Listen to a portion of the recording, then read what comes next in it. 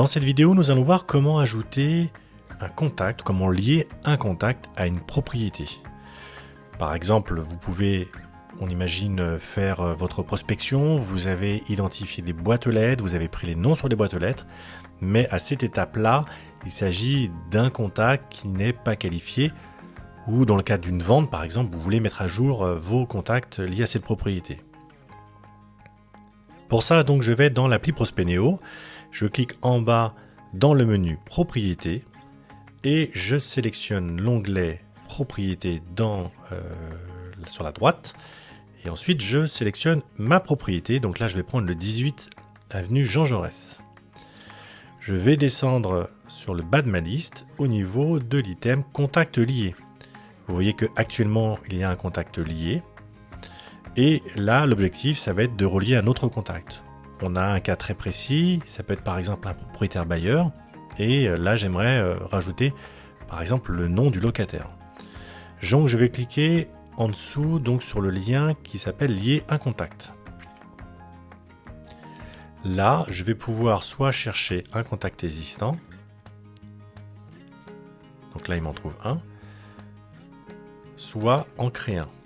Alors, je vais vous faire les deux cas de figure. Là, je vais prendre par exemple un contact existant. Je vais indiquer qu'il est locataire. Je vais cliquer ensuite sur enregistrer.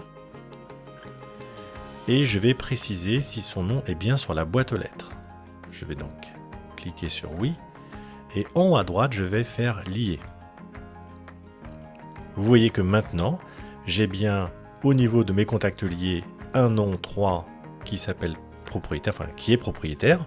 Ensuite, vous avez Blanchet qui lui est locataire. Maintenant, ce que je vais faire, c'est que je vais relier un contact qui n'existe pas. Donc, je vais recliquer sur lier un contact. Je vais taper donc le nom de mon contact.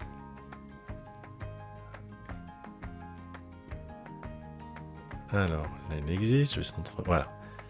Donc là, vous voyez, quand tapant clou, il me dit, voilà, il n'y a pas de résultat de recherche, et donc vous pouvez créer le contact clou. Donc je vais cliquer sur le lien, créer le contact clou. Je vais rentrer son prénom.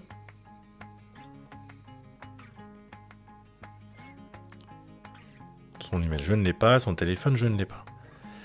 Ensuite, je précise bien s'il s'agit d'une entreprise ou d'une personne, puisque les champs sont différents. Une fois que j'ai donc rempli mes éléments, je vais cliquer en haut à droite sur enregistrer. Ensuite, même chose, on va me poser la question de savoir s'il est locataire, propriétaire, ancien propriétaire ou ancien locataire. Là, je vais préciser que c'était l'ancien propriétaire. Et je vais enregistrer en haut à droite. Là, le contact n'est pas sur la boîte aux lettres. Et ensuite, je vais cliquer sur en haut à droite sur lier. Vous voyez maintenant qu'il existe trois contacts. Un contact qui s'appelle nom 3 qui est propriétaire, Philippe Blanchet qui est locataire et Lucien Clou qui est l'ancien propriétaire. Si vous avez plus de 3 noms, vous aurez une liste qui va être minimisée et pour accéder à l'intégralité des noms, il suffira de cliquer sur voir tout avec le chiffre 3. Ainsi, vous aurez ici l'intégralité des contacts et l'historique des contacts depuis que vous avez référencé cette propriété dans Prospenéo.